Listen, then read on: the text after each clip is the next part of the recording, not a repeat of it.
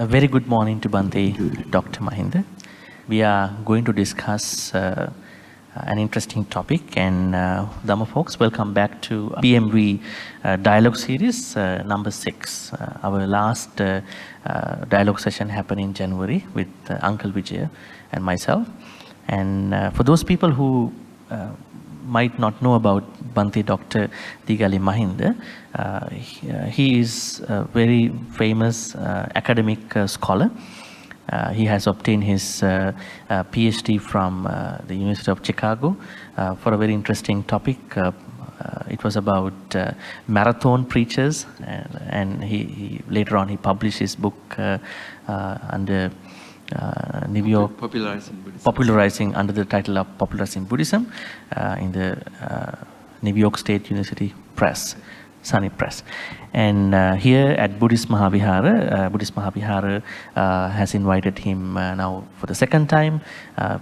We actually met in your first time as well last July. And in this time, he has been giving Dhamma talks, mostly on Fridays and Sundays, about very interesting topics. How does Chakravarti Sihanada Sutta work in the modern context, and so on and so forth. And Bhante, Dr. Degalle Mahinda was a professor. Now he's the emeritus professor at Bath Spa University in the UK, and he's currently a professorial research fellow at the School of Oriental and African Studies at the University of London in the UK. Bhante, Dr. Mahinda, very warm welcome to you on behalf of the Buddhist Maha Vihara. And today's topic is going to be quite interesting. We are going to look at a very, I would say, largely ignored area of a very famous Buddhist concept. I would say the concept is mostly misused, abused by some. The concept is anicca. So we're going to put the topic to be finding opportunities in anicca, or change. Most people call it impermanence. Oftentimes people don't think that there is an opportunity with the concept of anicca, because they think that anicca is always negative.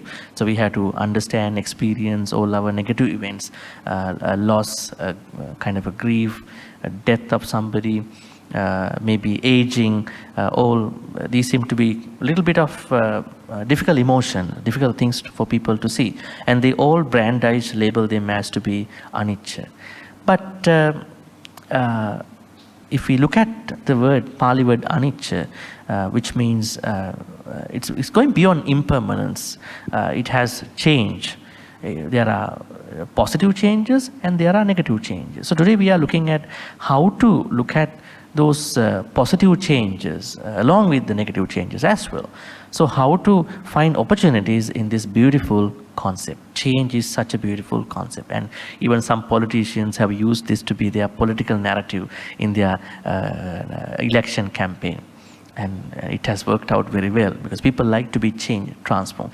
Bhante, Dr. Mahinda, can we start our discussion by identifying what does anicca mean to you? And then we can then discuss about how does anicca refer to the Pali teachings. So could you elaborate on anicca in your thank you for Venerable Chandima, Dr. Chandima, for inviting me for this series. And it is a pleasure to have a discussion with you. We had last September also one. And I think you have selected a very nice topic today. And for me, the notion of change, transformation, or anicca, or what we call it in English, impermanence, is the most beautiful concept that Buddha proposed. And I think Buddha is unique among the religious teachers to identify a natural phenomenon and identifying as anicca or impermanence. And actually, this is the central concept of Buddhism, not other ideas like dukkha. So I see that anicca or impermanence as the central pillar of Buddhism and a foundational Buddhism. And also it is the Buddha's great contribution to the world civilization. So if you think about the 19th century, for example, in the West, Charles Darwin in The Origin of Species, for example. See, the evolution, theory of evolution is very much, in a way, affirmation of this idea of impermanence. See, the Buddha did not use the word in exact way evolution, but when you look at the Chakravarti Sihanada Sutta, you see that the change is almost look like evolution. So if you think about 1800 and 2500 years ago, the time period, it's amazing that Buddha discovered this noble or very valuable true Dharma, true Ruta, the kind of natural rhythm in the world which we call impermanence. Of course, for the Buddhism, they are connected with, we call Trilakshana or Tilakkana, three characteristics, anicca, dukkha, and anatma. Now, I'm going to explain it a little bit more later, but I think both the dukkha, and dukkha, which we translate unsatisfactoriness, and no self, both of them are meaningless without the notion of anicca. Because anicca is the one underlying principle both in the notion of suffering and notion of no self. So really, one could argue in Buddhism, there are no three characteristics, but there's one characteristic. That one characteristic is anicca, impermanence, and the change.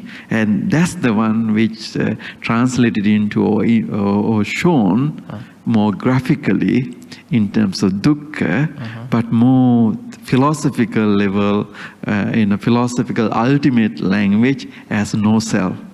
But underlying the heart of the principle is the impermanence which runs through. Very interesting.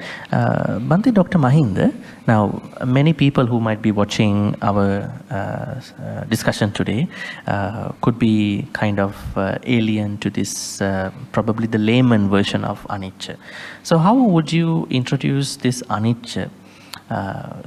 The first characteristic, or maybe change. I think you would accept to use it as change.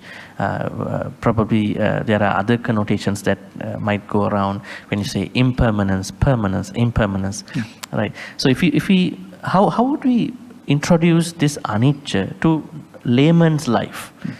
Can we start with that point too? Yeah, I think this notion of anicca we can see in the natural world. Like, for example, in tropical countries, the sun rises in the morning, and then sun, at the noontime it goes to the very high, and then gradually setting by the evening. Descends, and then sunset in the evening. So this rita, the system always happen every day. That's in a way like a phenomenal way. But do you think people look at it as a change? People don't look at it as anicca. I mean the social version. Now here in Malaysia, I think most Malaysian Chinese people who are watching our discussion, they would like to see sunrise and sunset. They would very much like to see that. Do you think, probably you might not be very much aware, but what do you think that, do people perceive that those natural changes, or maybe we can talk about their personal life? I think, as anicca? I think because I think we are quite subjective, and we all like to see things as more unstable situation. So we tend to not to observe these changes. So that's why the Buddha's discovery is important, because Buddha discovered that this is the fundamental guideline that works through everything. But in our naked eye, we rarely witness it, or we don't like to recognize it. Like, for example, Buddhism would say that two of us came to here 9:30.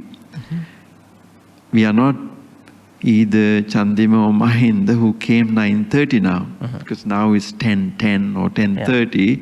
In our time, in 1 hour time, even though we cannot observe it in the naked eye, we got older. A lot of changes have been happening. A lot of changes happen, subtle changes. It may be very drastic changes. Or very subtle. All of a sudden. And so this kind of these ruptures, sometimes we can see in cyclones and tornadoes and earthquakes and so on, very happening rapidly, but this change is gradually happening. Even the sunrise is same, the time of sunrise, it's also not the same every day, it changes, yeah. So the same our lifestyle, and so we don't observe this natural principle or we do not witness it. And also, it's a scary thing. It's a scary thing for someone to say everything is changing, because our whole wishes are we wanted to have it permanence, everything. We talk about relationships, we talk about love, we talk about marriage, we talk about having children, and people assume, like if you are a parent, you always assume your child will be with you forever. For them it's hard to judge that, when the child goes to school at age 5, and then go to high school, and then go to the university,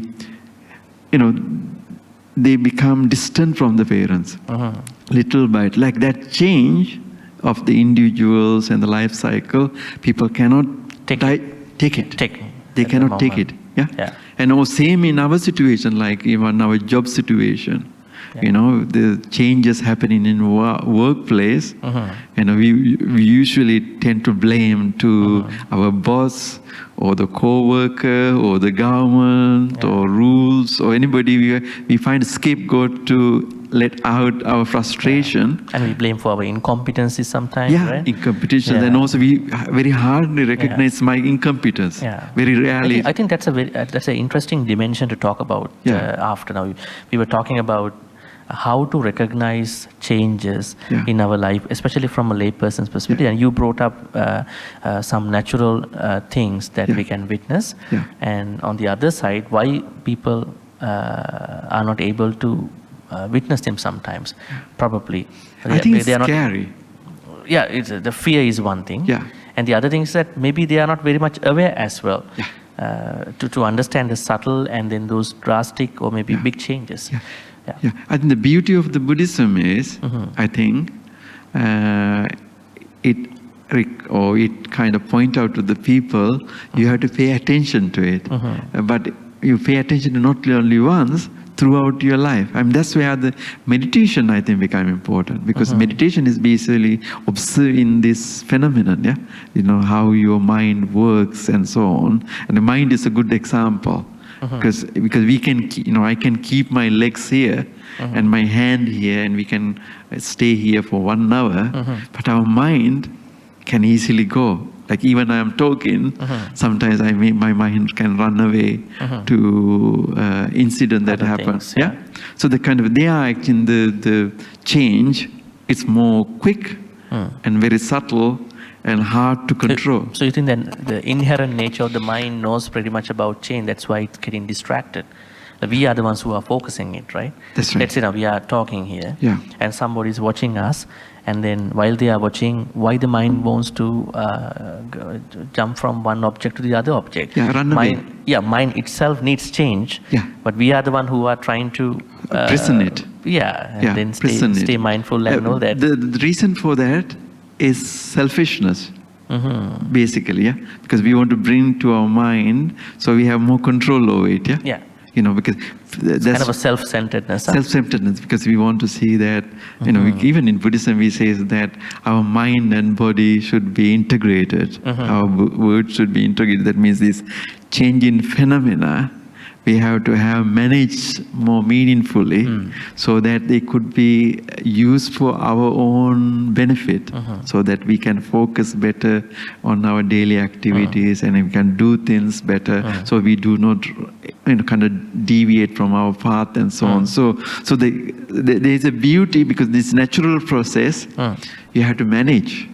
The change is happening. So the Buddhism also says that you need to manage this change. This natural process, you have to kind of work with it. You cannot, natural process, but you have to work it, manage it, and organize it. I think meditation technique is probably that organization system. kind of say that it's So what you suggest is we have to manage change too. We can manage sometimes. Yes. That is, okay, let's discuss that later on. Yeah. Before we jump on to further things about this topic, could you elaborate on something? Maybe you can answer this straightforward. Is an understanding about the change really beneficial to the progress of laypersons' success in their lay life? What do you think about it? It is essential. How does it work for a layperson to succeed in lay life, not in the spiritual life? Yeah. See, let's say they work, they study, they make money. Relationship. How does understanding of anicca help them build up their life? Yeah, because this is very traditional explanation. We know these 8 vicissitudes, kind of the Loka Dhammas. 8 ups and downs. Yes. And this is very much the world of the lay person. Could you share with us what? Labha, alabo, ayaso, yasocha, ninda, pasancha, sukhancha, dukkhancha. All these are changes. So labha is a gain. Benefit. Alaba is a loss. Loss. Ayasa means what do you call bad reputation. Yasa means good reputation. Labu, alabu, ayaso. Ninda is Ninda means blame. Criticism. Pasansa means compliments. And then sukha means happiness. Dukkha means unhappiness. So Buddhism primarily believes that nobody is ever happy and nobody is ever unhappy. Nobody is ever profited. Nobody is ever lost.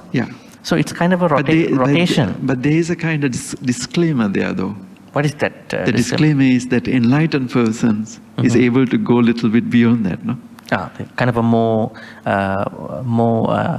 what do you call? You are not get frustrated with it because you have an understanding. I mean, you asked earlier whether we should have a knowledge of it. But that's not mundane happiness. Not mundane happiness. That's extra mundane, supra mundane happiness. But for lay people, when they are dealing with their happiness.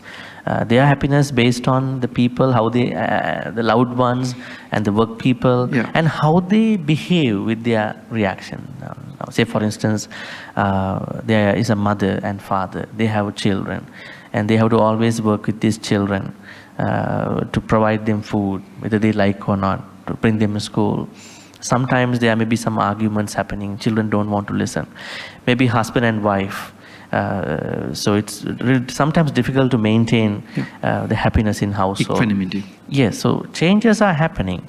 So are they supposed to accept the change? Is it helpful them to maintain the happiness? If they understand the changes in their family household, would that understanding be helpful for them to maintain their happiness in the household? I think there is a fundamental thing, because fundamental thing is that we like ourselves better or best. And I think Buddha is right saying that everybody like happiness. Everybody like to live long, because these, I mean, we usually call basic necessities, but beyond basic necessities, and basic necessities is actually one way of having happiness, but once you have the basic necessities met, then you wanted to keep more stable, peaceful, calm. Kind of a long-standing happiness at that point. A relaxed way, even in mundane way. I mean, if you think about our activities, daily activities, why we go to parties, pubs, and other festivities, and travels, and all of this, it's like very exhausting things. But we do that because we think that at least for time being, you can have happiness because you meet people that you like, and you meet people that you can have a decent conversation, and you have some decent food that you like. So momentarily, we have certain gains. And I think we are, in general, human beings, but also other animals and so on, we are bound to like happiness, dislike discomfort. That's, Sukha kama, dukkha patikula. And that's nature. But the nature is, the happiness or comfort has a potential to change. Because when the conditions change around it, the result is you have discomfort. Even in this chair, when we came in 9:30, it was very comfortable. But 10:30, it wouldn't be this comfortable as it would not be that same comfort. Not same comfort. But at that point, I want to bring up something interesting. There was a professor that I know. He told me a very nice. Maybe we can relate that to your analysis. He said that he used to go to a faraway university in down south in Sri Lanka. Yeah. So he's taking an intercity bus to go there. From Colombo to Matara, actually. So he sits down on a comfortable seat. Yeah. So now the bus is going. So he sat down in the normal way. Now he thinks he wants to turn to the right side, bring the legs to the right side. He thinks happiness is there. Yeah. And after probably 1 more hour, he thinks now happiness is on the left. Maybe to the left. Yeah. Right? Yeah. And then after maybe another, at that time it took some time to go to those places. And he thinks now it is better to stand now, but you can't stand. Yeah. So in that analysis, as you said, what we understand on the other hand is that there is another happiness that is arising. That is not that you enjoying the moment, but even the shifting of that activity onto another activity in the same field, or maybe different, also happiness. Let's say now we were sitting here.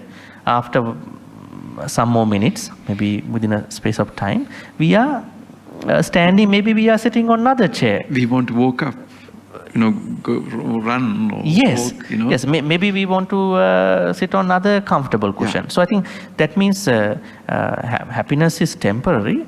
Shifting the happiness also kind of happiness, that means shifting means change. Yeah, because this is where I think valuable thing comes. We talk about consumer culture now in the modern world.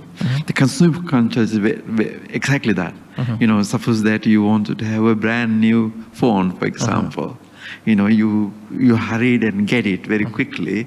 Then after a few weeks, it becomes same like the old phone because you don't have that. You got very familiar with the phone and familiar, not that fascinated, and then you think there may be a better phone elsewhere. Yeah, and you want to get that one. Yeah. So like that, because I think we tend to kind of I forgot the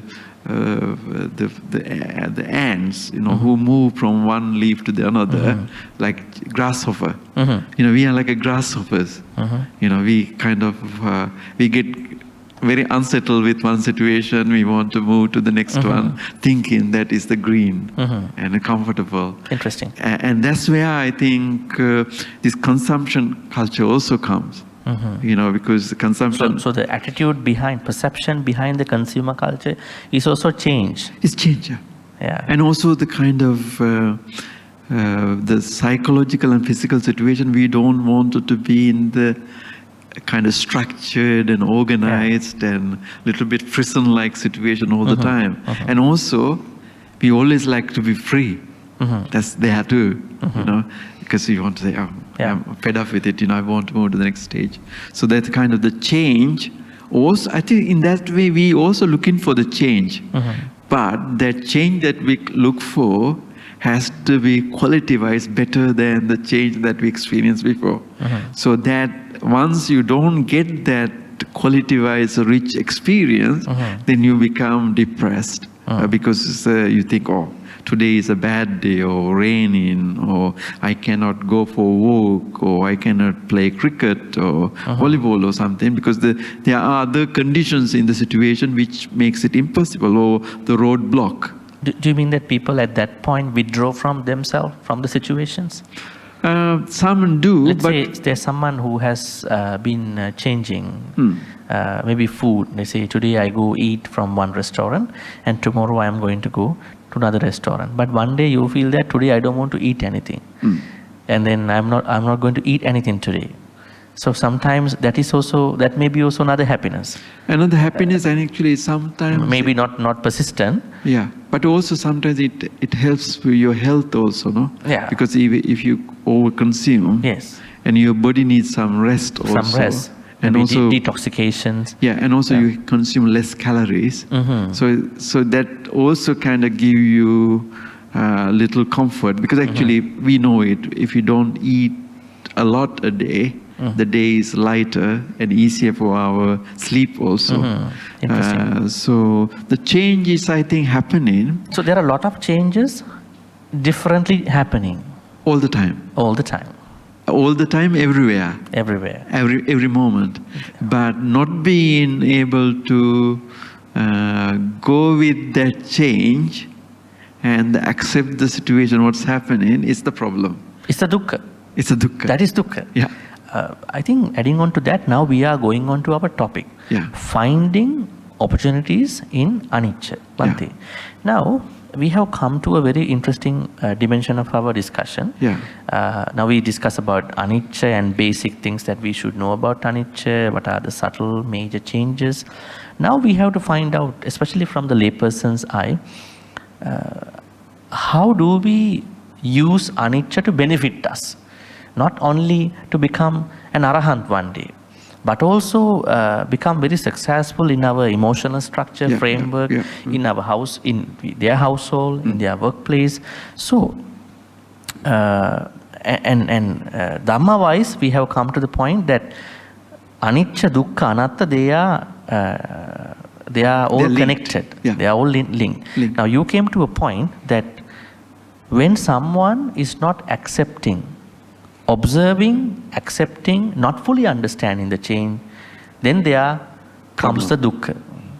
Because actually when someone passes away, when a demotion happens, when someone loses money, the more that person does not understand, the more dukkha is going to come out. Yeah. So now you can discuss that after. But I can tell example. And in my earlier job, I was not quite happy going to the classroom. So I wanted to kind of devote more time for research, and so I said I'm going to get a voluntary redundancy.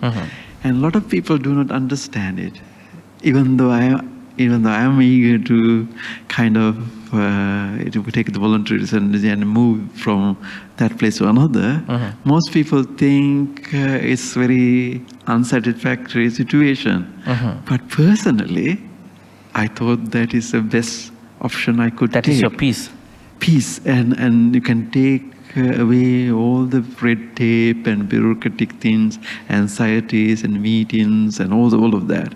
But then the society always kind of bound with status, being... Not even they are concerned about their emotions, but also they are very much perceived and bombarded with what is happening to other people. Even the words like retired, retired or, giving up the job and so on, people cannot digest it. But I think in your life, I think you have to make decisions. When the circumstances change in your work environment, and when you notice that things are out of control, and also you see opportunities somewhere else, so opportunities to travel, opportunities to concentrate on what you want to do, you want to take those opportunities, and you don't want to get stuck in the cage in one place. Because they especially what happened to many people is people don't have the freedom. Because you are bound to work 30 years, 40 years in a job, or if you leave early, you don't get a pension. Maybe they are going through stereotypes, religiously, socially, culturally, and sometimes they want to, but they cannot make it. They cannot. They have no choice. No choice. They're choiceless. They are being made to be choiceless. And but they think, this gentleman, this lady, is doing something interesting, but they cannot go there. They can't go there in a way. And also because this change is happening. The workplace in particular changing all the time, and the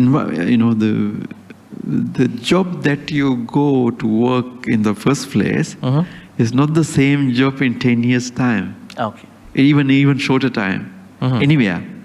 And even today, nowadays it's even 1 year. It's changed, and so sometimes the job become unbearable. And then you should be able to handle the change, whether you kick your head in the workplace, or you find another alternative. Yeah. So I think the change is happening in the workplace, in your life, in your family, and so on. And then you have to say, what is your choice?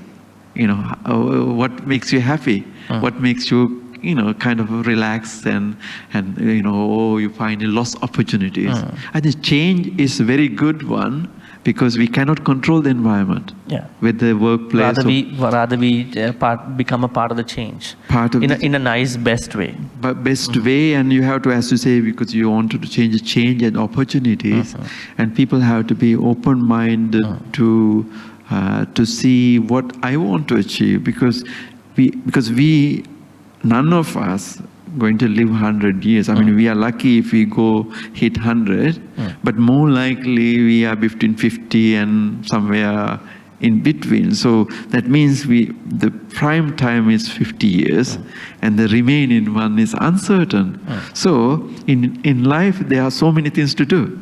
Once you are stuck in a particular place or job, you have a limited world. And limited opportunities. So this change in the world is not bad then. Because actually, now I want to relate it into the Buddha. See, we think that enlightenment is important, being Buddha is important, being an Arahant is important, being an Anagami and so on important, yeah? But all this is possible because of change. See, if we cannot change ourselves, our situation is, the attainment is not possible. So that's the beauty of this Buddha's teaching, because there are possibilities there. Your situation, you can change it. You can transform it. And that initiation comes from you, not from somebody else, from your parents or friends or organizations or something. You have to make a choice. You have to make a choice and work on, handle the change. And Buddha is a good example of it. Because suppose that if he remained as a prince, and if he was happy to be a king, he won't discover how to solve the human problems. Because he was bold enough to renounce, to test all these ascetic practices and undergo all these nice comforts. And then he realized, neither of work for me. So being in the middle is the right one. And then he was able to address other people. So the Buddha is a good person who managed the change very much in both material sense and also spiritual sense. Yeah? Interesting. Yeah. Bhante, Dr. Mahinda, now looking at our topic, finding opportunities in anicca, so can you share some tips, some steps that lay people can do to benefit from, maybe to get some opportunities out of this concept, especially in their lay life? Yeah. What are the tips? What are the things that they can do to get benefited from anicca to better their life? Yeah, I already mentioned about this work in life and how I change the job. Like say, for example, so time to time you need to consider your work. It might be where you work. And what kind of you work, and also at the same time. So you don't have to work in one place. No. And also you have to. And there's another point that I did not mention. You also have to think about financial implications, because this is very important. I mean, yesterday we also came to this idea, the importance of wealth. Some kind of, you cannot give up a job. If your financial situation is uncertain, tied up, and then that's kind of restriction. I think people are feared to do a career change. That is why now what you are saying is that it is important to consider for a change, maybe not a career change, maybe a change in the workplace. But the problem is a lot of people have the fear of finding another work. Now you see after the COVID-19 recession, after a certain age is difficult. So how?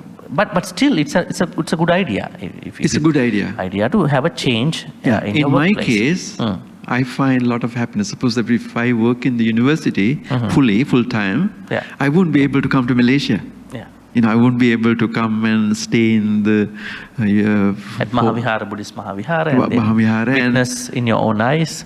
and also now I find that I have time, I can make decisions, and I don't have to get permissions or get approval to... From universities.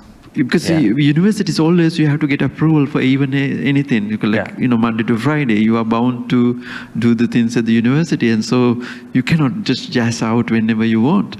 Because you are a worker.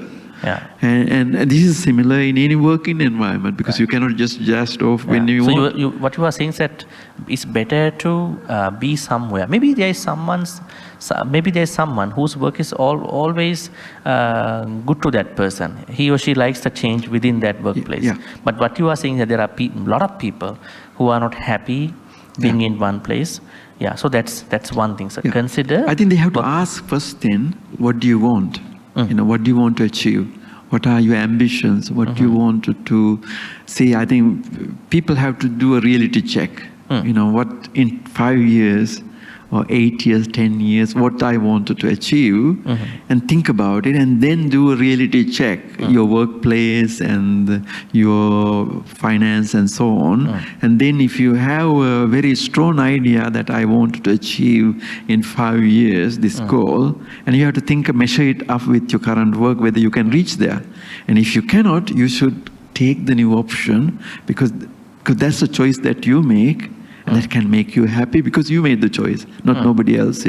So from my understanding is that people have to always be self-reflective, consider the environment, their obligations to themselves, to the family and the workplace, and then ask in the long term what I want to do.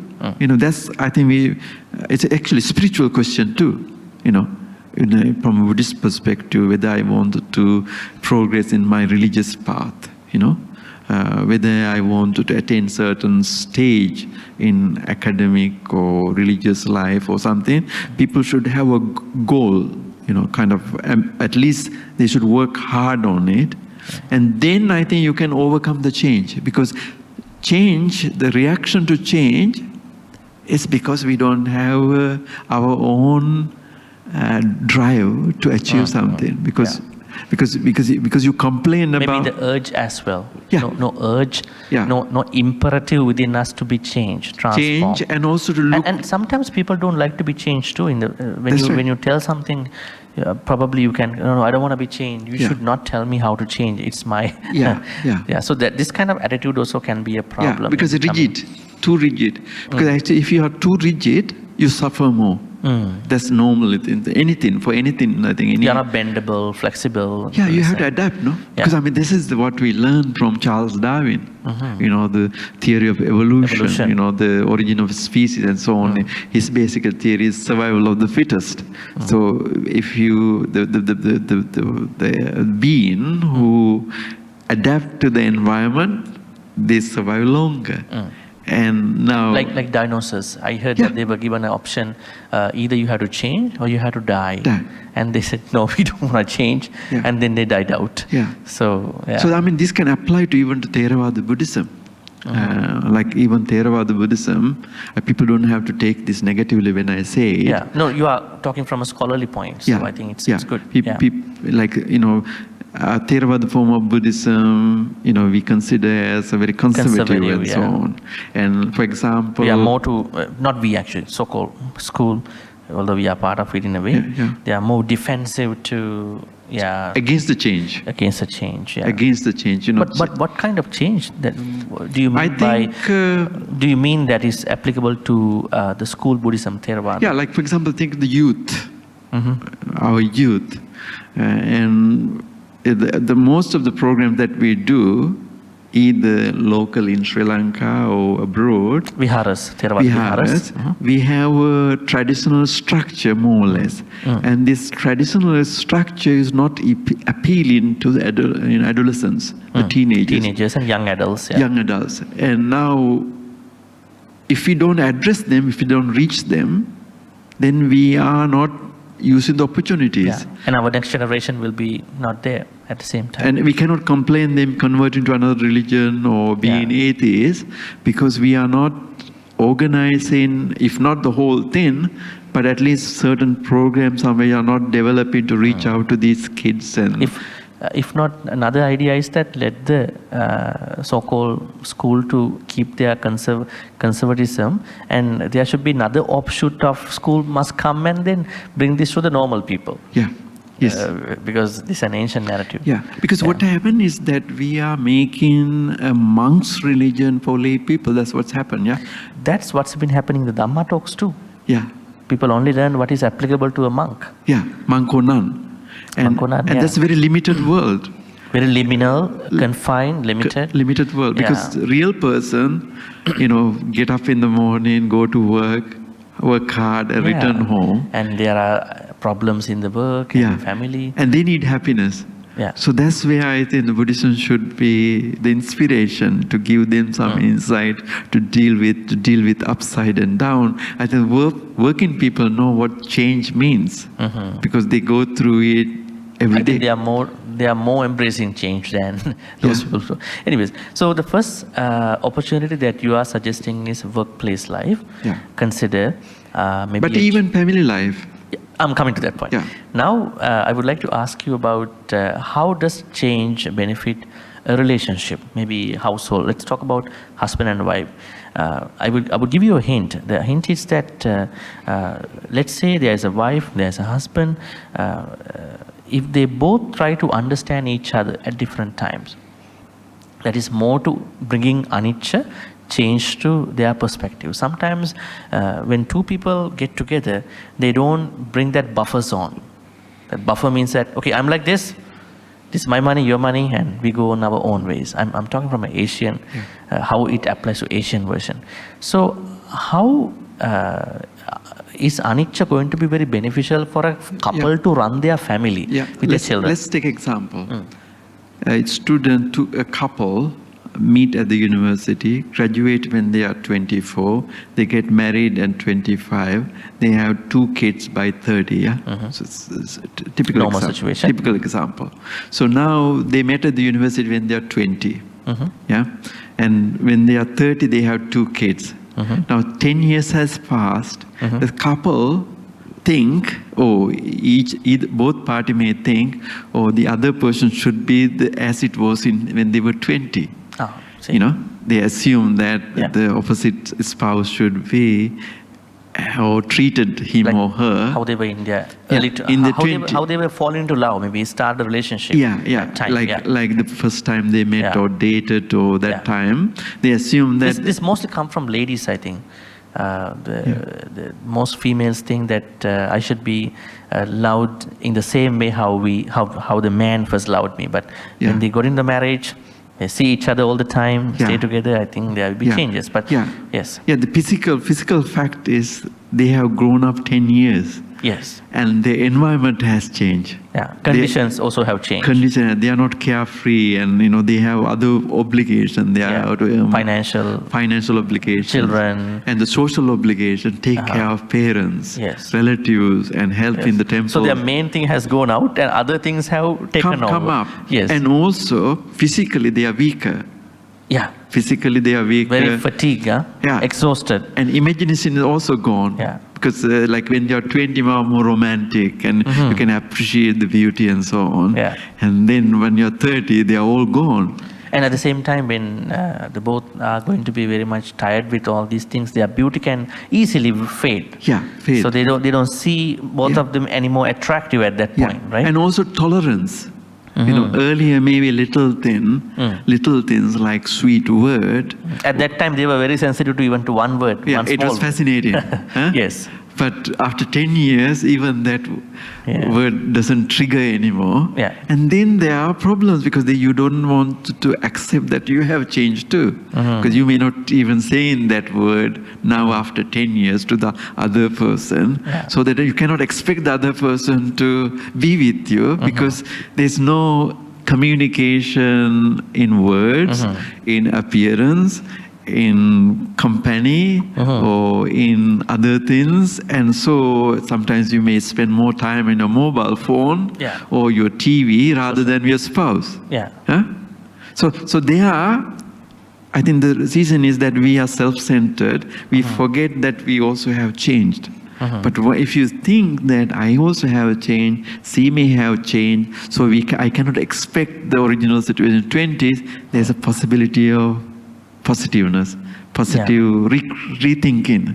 Okay. Rethinking, re-evaluating, and now, then... what you are saying is that now in that example, the couple, they have been together for 10 years. Within those 10 years, they have fallen in love, married, found work, now they have children. Now all these are changes. Now the question is, now the changes have been happening in two ways. One way is that there are condition changes, physical changes. Now how does again change can help them to succeed? Now sometimes these are strange experiences for them, not happy ones.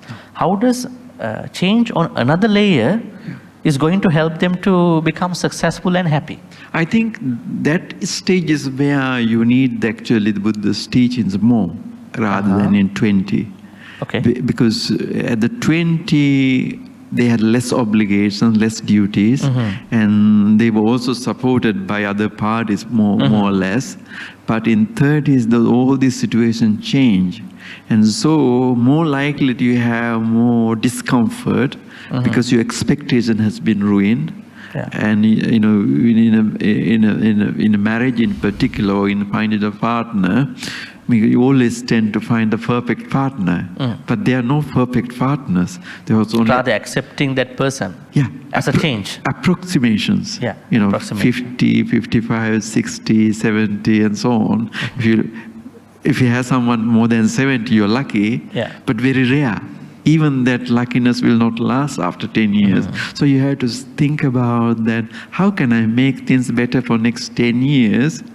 And then kind of come to a clean sheet of paper, write it down, all the negatives and the positives, and find a median ground to relate to the other person. I think that should be done, I think, especially in relationship. I think you have to do it every few years' time. You have to do that rechecking. Where you were before and where you are now. Where you were going to be. And then kind of give analysis of strength and weaknesses. Like a SWOT analysis. Strengths, weaknesses.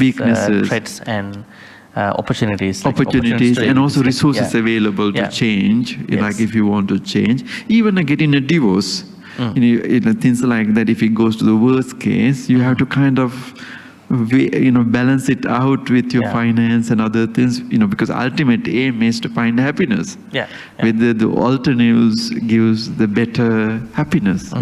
But I think once you get older, happiness decreases and dukkha increases. That's the normal thing. The reason is... But do you still think... please go ahead. The reason is because we are becoming weaker physically, and also we have lack of enthusiasm when you grow old, and also you are restricted by the conditions around you. Suppose that you're not anymore working, you don't have the buddies that you had before. No companions, no kalyana companions, no kalyana mitra. Even your spouse is not a kalyana mitra. How does change, understanding anicca, help someone to probably get rid of that situation?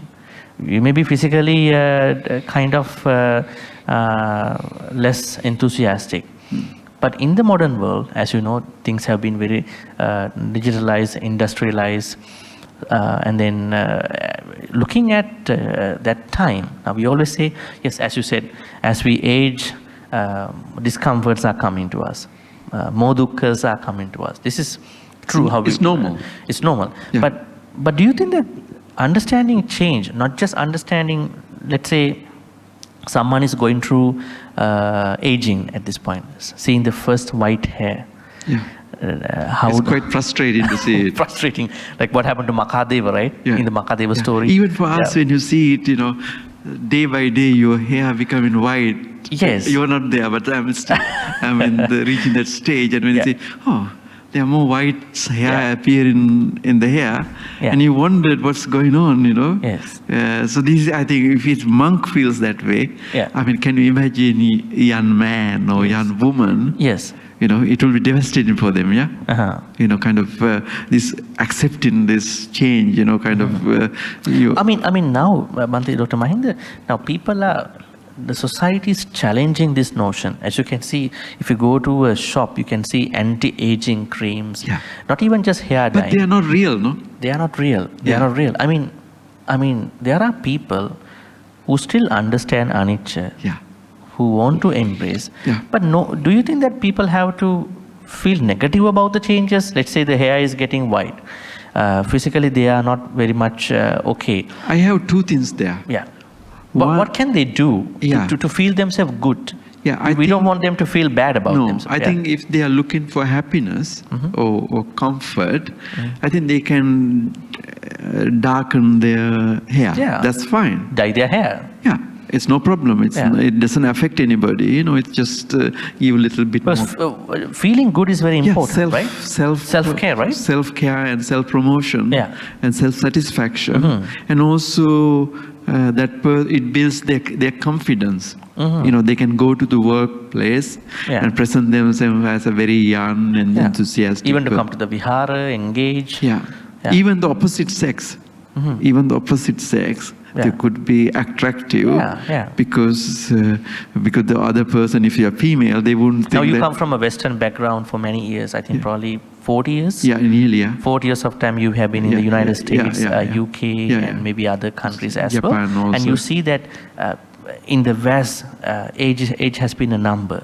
Yeah. And then for someone, but in the West, people don't want to be. I mean, young people when they are 18 or until they turn 18, they want to be older. But once they graduate from the university, they are reluctant to accept they're getting older. Especially if you are 70, you don't want to feel like a 70. Yeah. And in the West, they are not. It's not a normal thing to ask age. Yeah. A discrimination. It's a kind of a taboo because it's a discrimination. Discrimination asking, and then coming back to Asia, even in Sri Lanka, I think Malaysia is much better, doing much better in that. If you go to Sri Lanka, you see a probably 60 years gentleman who wants to go for a walk.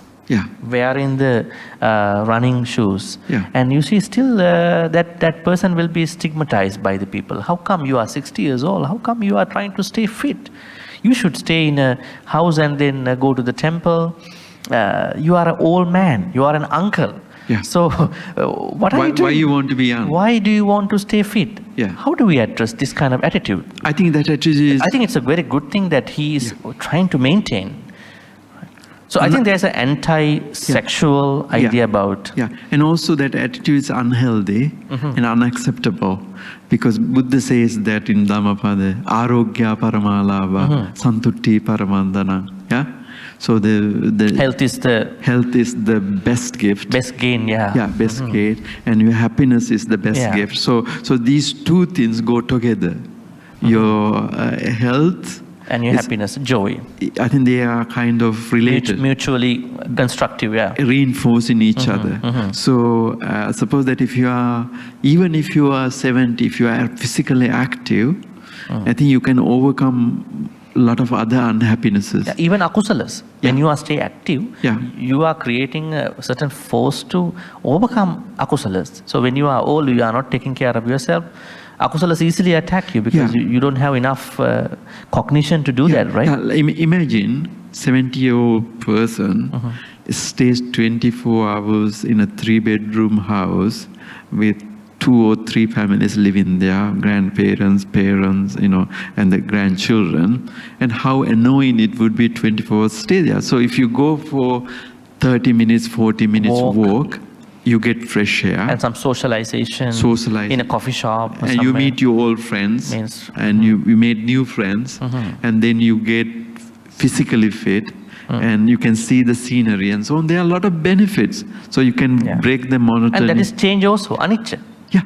All that anicca. And also dealing with the anicca, Dealing with anicca. They have been going through anicca, and then on the other hand, they are bringing anicca to stay fit, stay good, feel good, and then to do well in the spiritual life. And then, if you walk, usually, then you can see why the Buddha asks us to wander around, because it really has benefits on your joints. I think the full body, right? Full body. Not just you. Yeah, and for your heart, breathing, and all the other organs. Brain function. And also skin.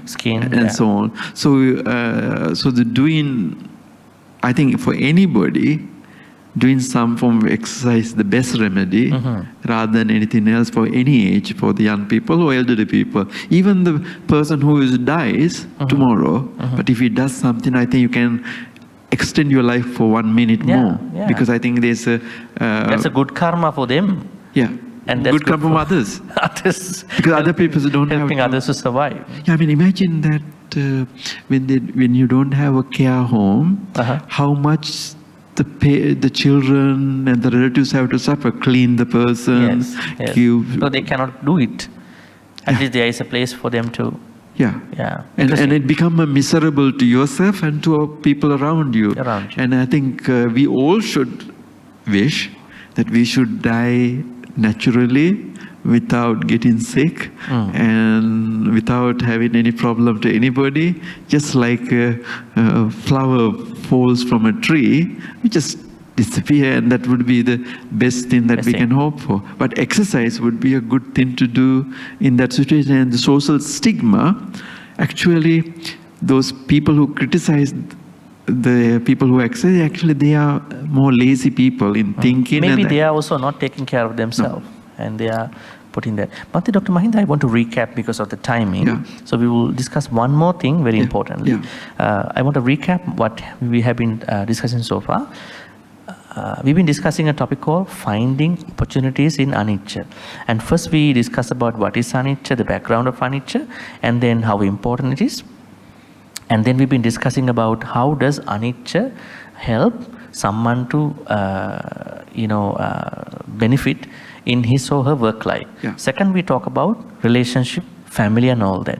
Now we have come to the spiritual part, finally. Now, as we know, anicca, change, being able to understand all changes, dukkha, unsatisfactoriness, and anatta, not self. So then, our understanding is the more we understand the changes that are happening to us, there is less dukkha. Dukkha is a huge resistance to the anicca. So dukkha arises when people are developing a huge resistance to accepting the dukkha. So they are connected. And then once, let's say someone is not understanding that there is dukkha, and then at the same time, with that dukkha, that person is considering everything, I, me, myself, and all that. So how does anicca help someone to practice well as a Buddhist, as a layperson in their life? So how would you describe anicca as a benefit to the spiritual life, not an understanding also? How does it benefit our spiritual life from a Buddhist point of view? I think with that we can finalize. See, thank you for that very interesting question. So the anicca, impermanence, is, as I mentioned earlier, central. And all the other concepts would not have born without it. So even becoming a Buddha is possible because of this idea of impermanence. So this idea that you are poor because you have bad karma in the past, you don't have opportunities because of you did something wrong in the past or something. There's a lot of misuse or misinterpretation of karma, for example. And that's have become the like a more cancer for Buddhist society, kind of prevent people to accept practice. Accepting change. Dhamma and anicca are the two largely abused, misused concept in Buddhism by many. And so that kind of perpetuate this vicious circle of being lazy, parasitic life. But I think the anicca says that even the karma, without some exception, can change. So this is the Buddha's point of view, that if you have a will, if you make an effort, if you make a righteous living, as we discussed in Pattakama Sutta yesterday, if you have a fair and just way of earning a living, and then you are mindful of your situation, you can make a significant difference in your life. And now, rather than complaining about this change, what we have to understand is to use that change for our mental, physical, and other forms of health and welfare. And so the point that suffering arises when our view that I, me, mine, everything should be mine, everything should stay here without any change, that mental construct is the drawback. So once we have that idea of permanency, it always hit the reality which is changing. So what we have to do is we have to understand those ideas and then manage the situation.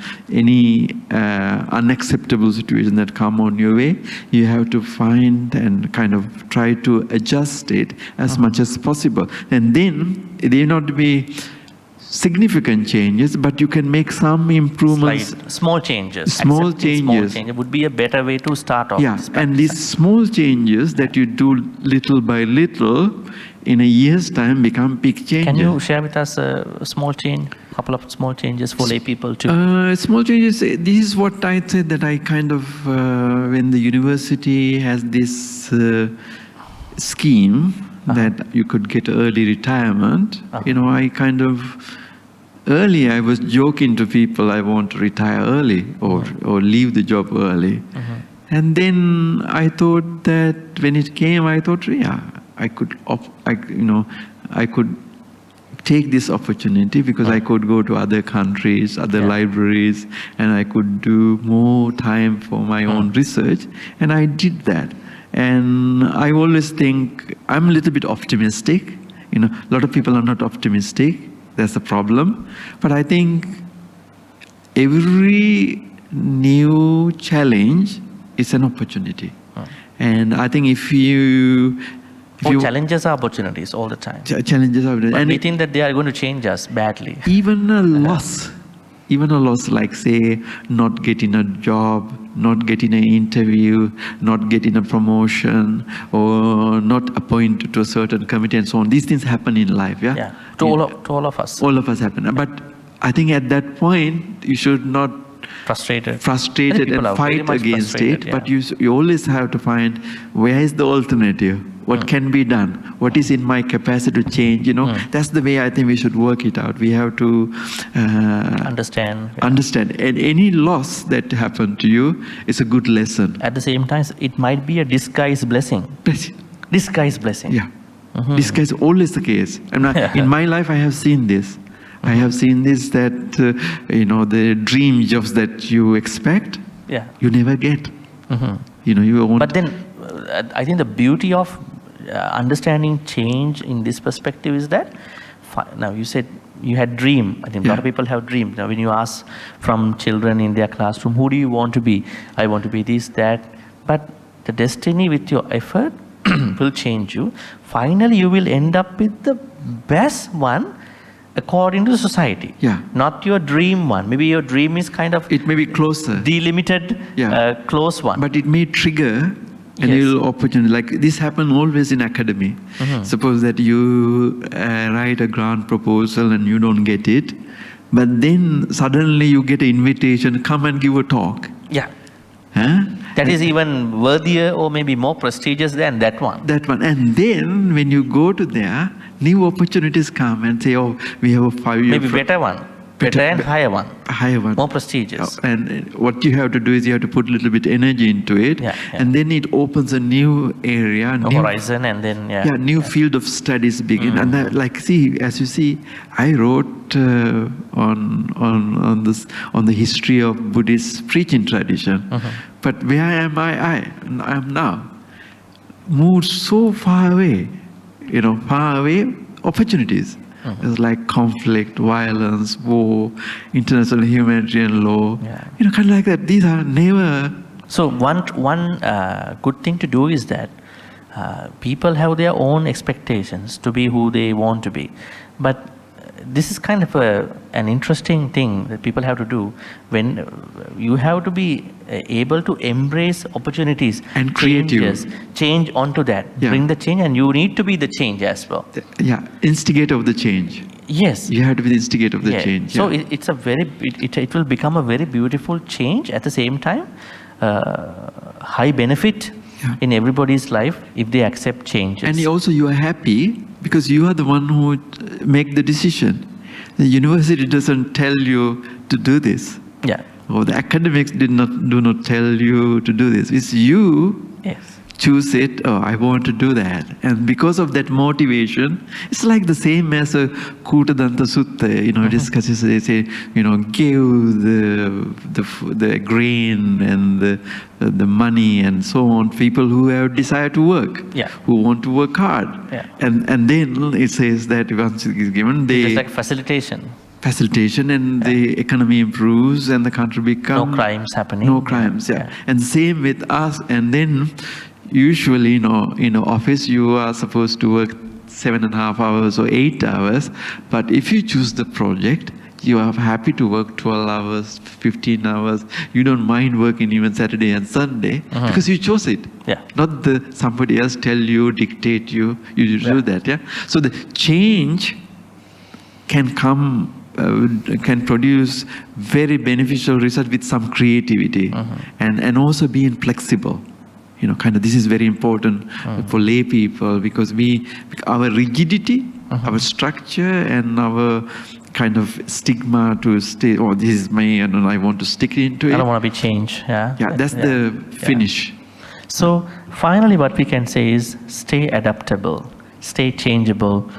The greater good, better good will come to you in your lay life, as a secular person, and in the supramundane, even religious life, spiritually and religious life and everything. You want to say anything else to conclude this? No, I think you already change is a blessing. It's a blessing. And change is not a curse. Change is a blessing, and change is time for creativity, rethinking, reevaluating, and also to think about that you want to achieve something that you haven't time or done before. So change is a good time to maybe a rest too, career rest. Career rest, and also personally, like what you really want to achieve in your life. The change is a good time. Change is very good for your own happiness. Interesting. Bhante Doctor and Bhante Professor Degalle Mahinda, thank you very much. And hereby we are going to conclude our BMB Dhammadana dialogue series number 6. Dhamma folks, today I had the interview discussion with Professor Bhante Degalle Mahinda. He is the Emeritus Professor at Bath Spa University in the UK, and at the same time he is now a Professorial Research Fellow at the SOS School of Oriental and African Studies based in University of London at the moment. I hope that he will be visiting quite often and to share your knowledge. And I think you have found out another dimension in your life too. You said that you are more to academic life. When you come here to Buddhist Maha Vihara, you get to know that there are different opportunities. Pragmatic world. Maybe as a scholarly practitioner, not as a scholar only. I think we can adapt that. We don't need to be just mere scholars in the rooms and also libraries. New research interests emerge now. Maybe this could be an experimental research for you, maybe one day. Maybe Malaysian Buddhism and all that. Thank you very much, Bhante Dr. Professor Mahinda. And thank you everybody. We will please stay tuned. We'll see you in another dialogue series. Thank you.